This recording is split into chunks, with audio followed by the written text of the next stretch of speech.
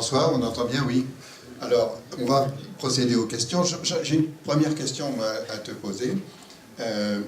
Autrefois, on avait des magnétoscopes. Après, on a mis ça sur disque dur. Tu ne nous as pas parlé de... Est-ce que les gens vont continuer à enregistrer chez eux ou on va utiliser d'autres systèmes? Effectivement, je ne pouvais pas parler de tout. Donc je n'ai pas parlé de ça. J'aurais pu parler d'ailleurs dans l'histoire de la télévision, j'aurais pu rajouter à quel moment est arrivée la télécommande, qui a été un objet magique quand même pour tout le monde. Et j'aurais pu parler du magnétoscope, puis du PVR. J'en ai parlé un petit peu quand on a parlé du numérique. En fait, il existe plusieurs technologies aujourd'hui. Le PVR continue à être utilisé, mais en moyenne, je pense qu'il n'est pas utilisé tant que ça. C'est-à-dire par l'ensemble des gens qui utilisent leur décodeur, il n'est pas utilisé tant que ça pour plusieurs raisons. D'abord parce que, les chaînes commencent à proposer de la télé de rattrapage, donc pourquoi enregistrer spécifiquement un programme alors que vous pouvez l'avoir encore pendant 7 jours? Donc la seule raison pour l'enregistrer, c'est parce que vous ne savez pas à quel moment vous allez pouvoir le voir. En termes de technologie, ce qui est intéressant, et en France ça ne va pas arriver tout de suite pour des raisons de réglementation, c'est qu'il existe des technologies extrêmement fiables aujourd'hui, qui s'appellent le NPVR, qui veut dire Network PVR.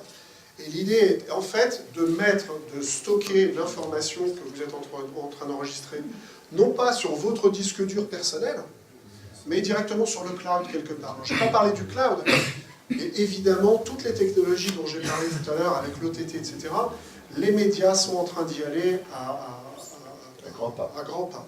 Donc très, très clairement, le NPVR, aujourd'hui, il y a une étude qui vient de sortir, qui a été faite par l'IDAT, qui montre que dans tous les pays européens, aujourd'hui, il y a des déploiements NPVR.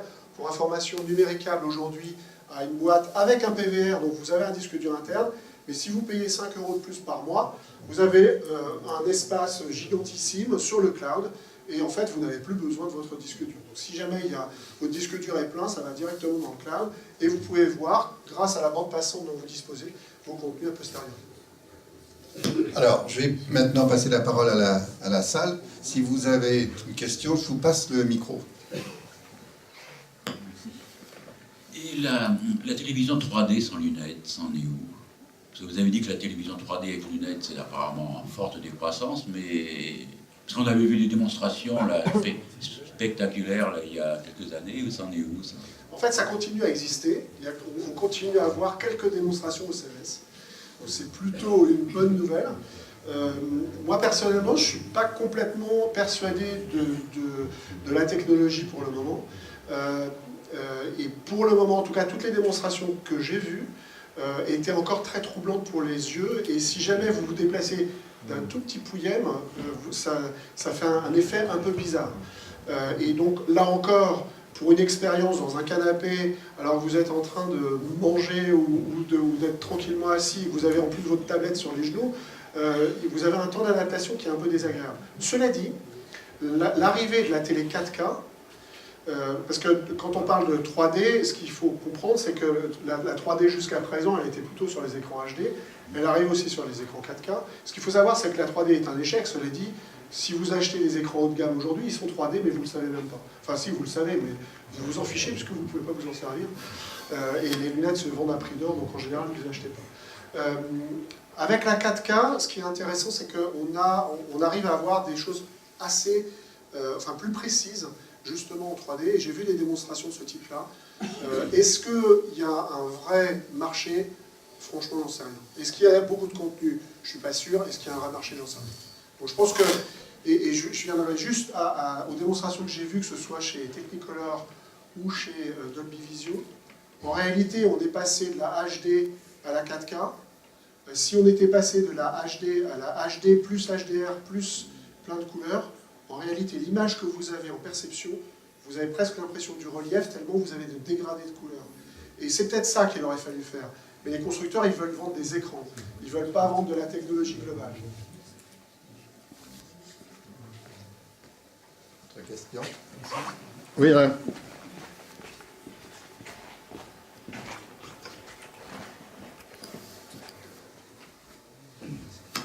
Oui, la technologie Atmos, c'est faire quelque part du neuf avec du vieux, parce que dans une autre vie, j'étais opérateur projectionniste. à Rennes, dans un cinéma qui a été cassé depuis et que les anciens tu connais, c'était le cinéma français, où on était équipé en 70 mm. Alors quand nous passions des films 70 mm, c'était 2 x 4 voix sonores.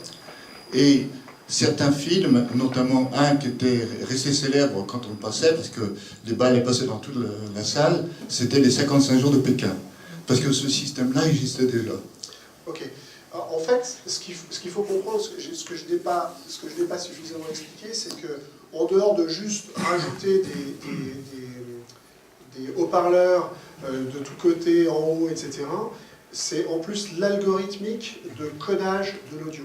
C'est-à-dire que ce n'est pas seulement 4 voix qui sont préparées, c'est chaque objet sonore est indépendant l'un de l'autre. Par exemple, l'hélicoptère dont je parlais tout à l'heure, le bruit de l'hélicoptère, il est traité de façon totalement indépendante du reste du bruit, par exemple des mitraillades ou je ne sais quoi.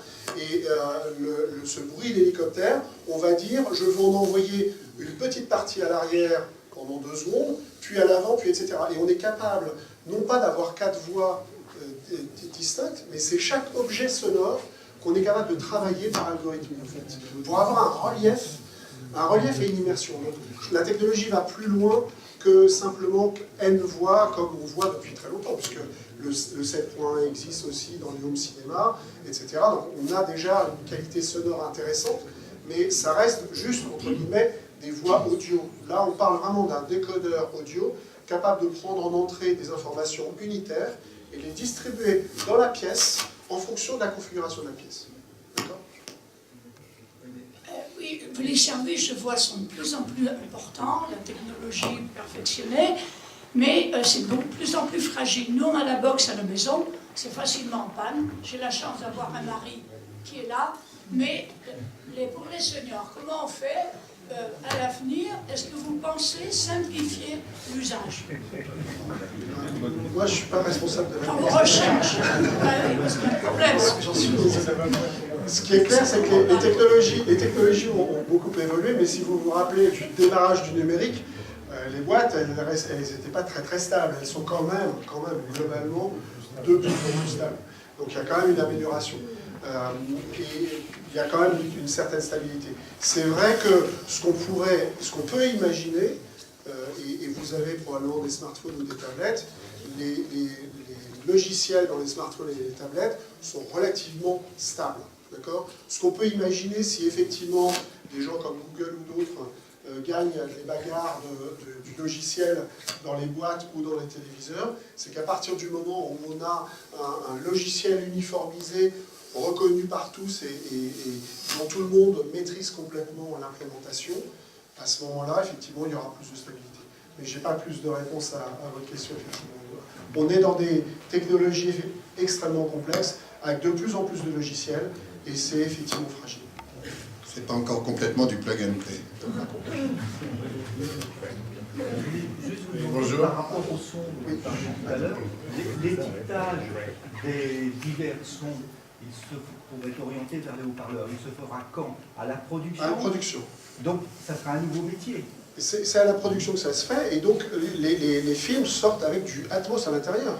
Donc ça veut dire que les pistes, ou plutôt les objets sons, sont codés en plus dans le Blu-ray ou dans le film. Oui, c'est un nouveau métier. Ou par une personne? Je suppose qu'il y a de l'algorithme dedans. Il y a de l'algorithme dedans.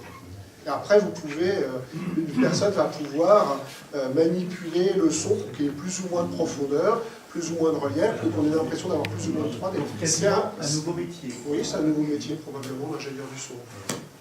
Oui, bonjour. On comprend bien que l'évolution va vers les téléviseurs sur Internet ou tout ça. Qu'est-ce qu'il en est des tuyaux? Parce que mon expérience personnelle, je ne vais pas citer l'opérateur, mais bon, j'ai un DSL classique. Quand je vais faire du replay, je n'ai encore pas fait mon enquête jusqu'au bout. Je ne sais pas si c'est le serveur qui bloque, mais on peut avoir 2 minutes d'arrêt d'image, quoi. Dans la journée, la nuit, ça a l'air d'être mieux. Enfin bon. Donc, avoir la télé entièrement sur Internet, je vois pas bien. Et quand est-ce qu'on va espérer avoir la fibre à ces sons? Mais de toute façon, vu l'évolution et le grandissement, enfin, le volume qui est de plus en plus gros, les réseaux vont souffrir. Non, c'est clair, c'est clair. Et malheureusement, d'abord, j'ai pas complètement dit que la télé allait sur Internet. La télé, elle y va aussi. Mais la télé en broadcast, en satellite, en câble, elle continue à exister. Et il y a quand même des grandes chances que ça continue à exister comme ça. Cela dit, effectivement, il y a de plus en plus de contenu sur Internet. Il y a de plus en plus de gens qui se connectent sur ces serveurs. Les serveurs sont de plus en plus encombrés. Les tuyaux sont relativement petits et n'arrivent pas forcément, et notamment dans le dernier kilomètre jusqu'à votre maison, ça n'arrive pas forcément à couvrir.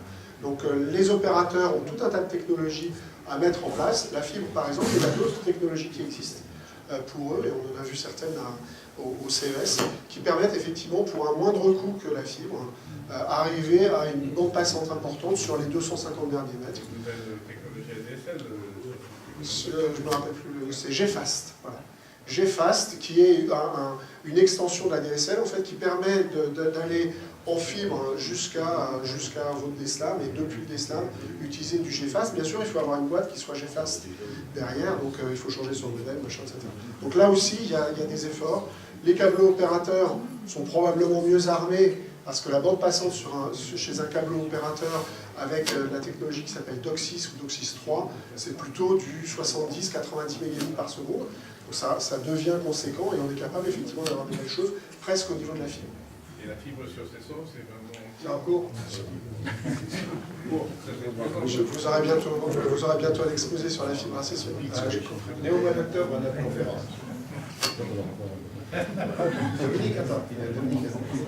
Une question que je me pose depuis le début de l'exposé, mais à vrai dire nettement avant, c'est qu'est-ce qu'on entend par télévision?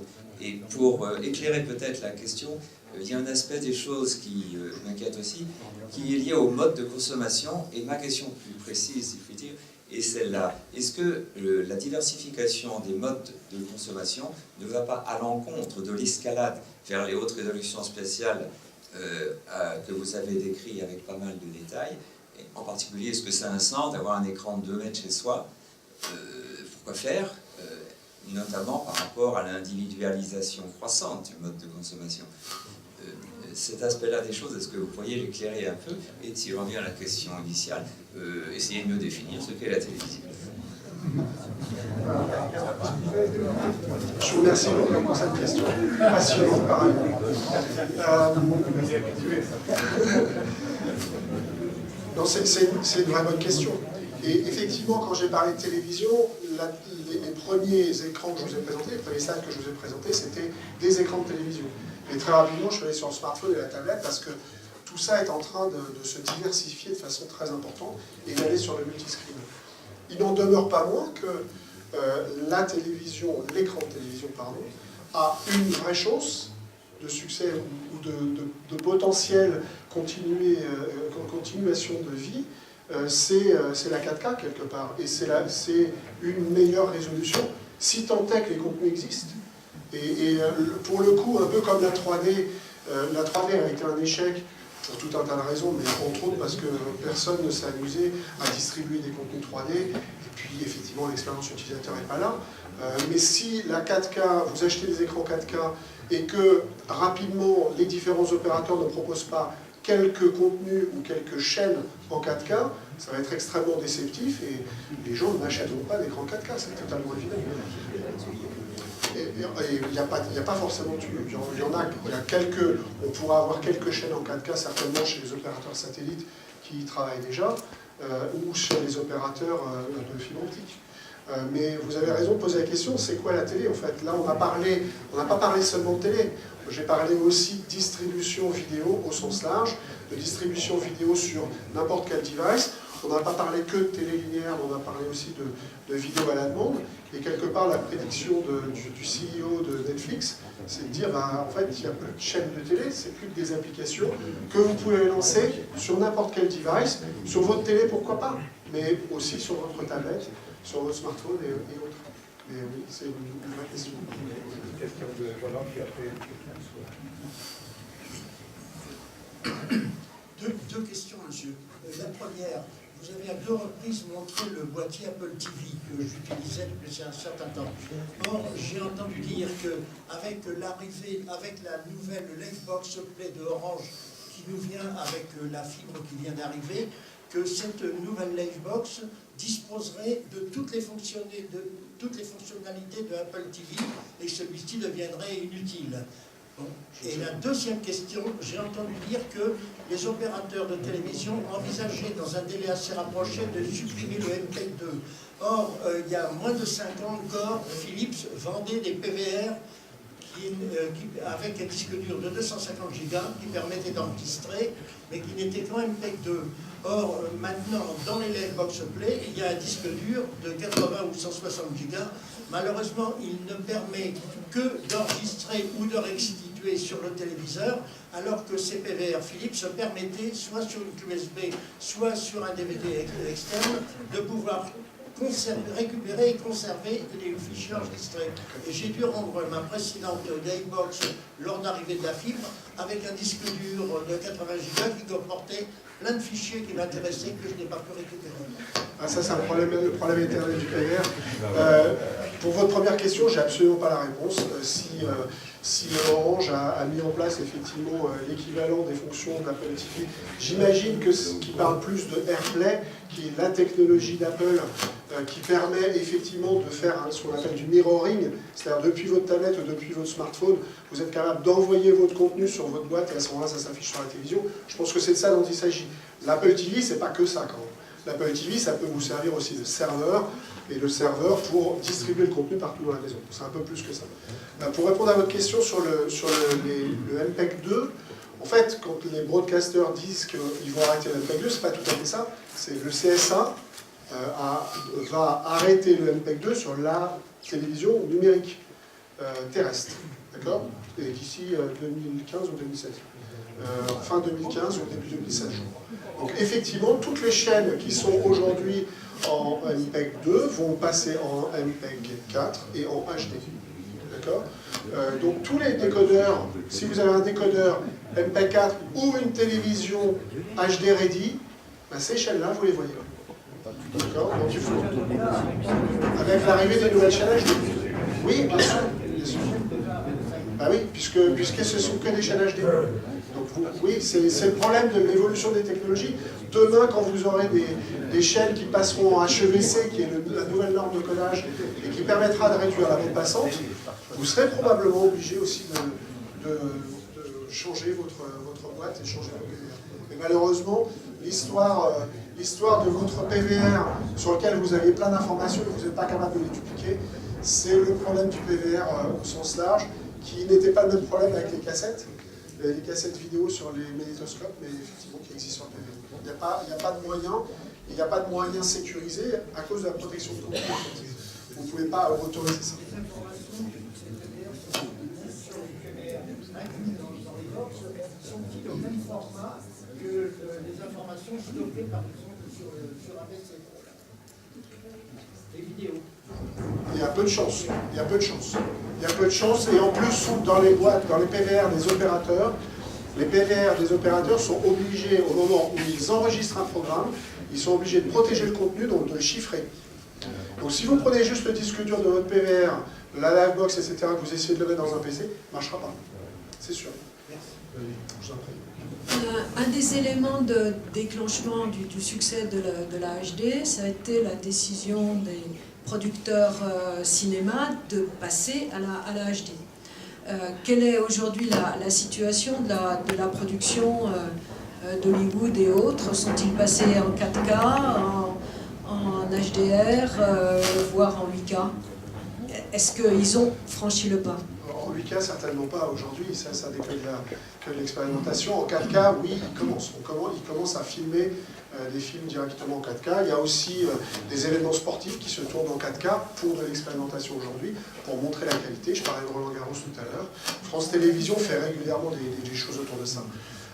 Donc l'industrie va vers cette voie-là.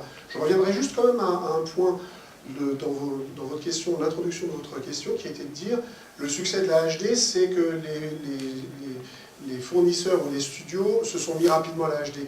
En fait, le succès des ventes d'écrans de HD c'est les écrans plats. Et c'est que les écrans CRT arrivés en fin de vie, il y a eu les premiers écrans qui sont arrivés et il a suffi d'avoir du HD.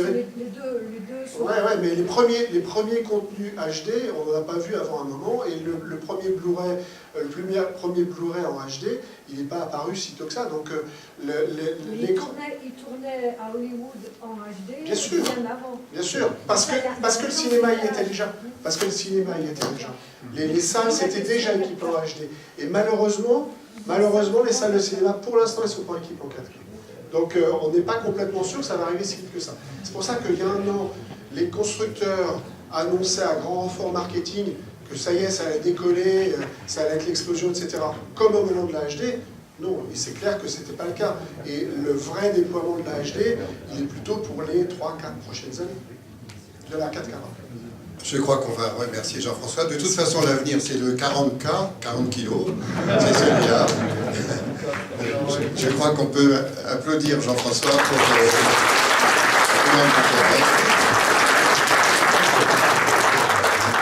Alors, vous êtes invité à venir voir une démonstration Technicolor, juste à côté. Vous voulez dire un petit mot sur cette démonstration? Oui. Non, il y a quelqu'un de Technicolor, là. Bonjour, donc la démo que vous allez voir est une démo effectivement qu'on a faite pour le CES en partenariat avec ST Electronics, c'est leur chipset qui est à l'intérieur. Donc c'est la partie RNI chez nous qui a développé les algorithmes et c'est effectivement, comme l'a dit Jean-François, on essaie de pousser ça dans les standards et c'était la première. Donc l'année d'avant on avait montré ça à base de PC. Et cette année, le but était de le faire entrer dans un décodeur avec la problématique des algos qu'il faut compresser pour entrer dans les puissances des chipsets actuels. Voilà, et donc oui, je vous invite à aller la voir. Vous allez voir notamment de superbes images. Et puis je vous souhaite une bonne soirée, que les gens dorment.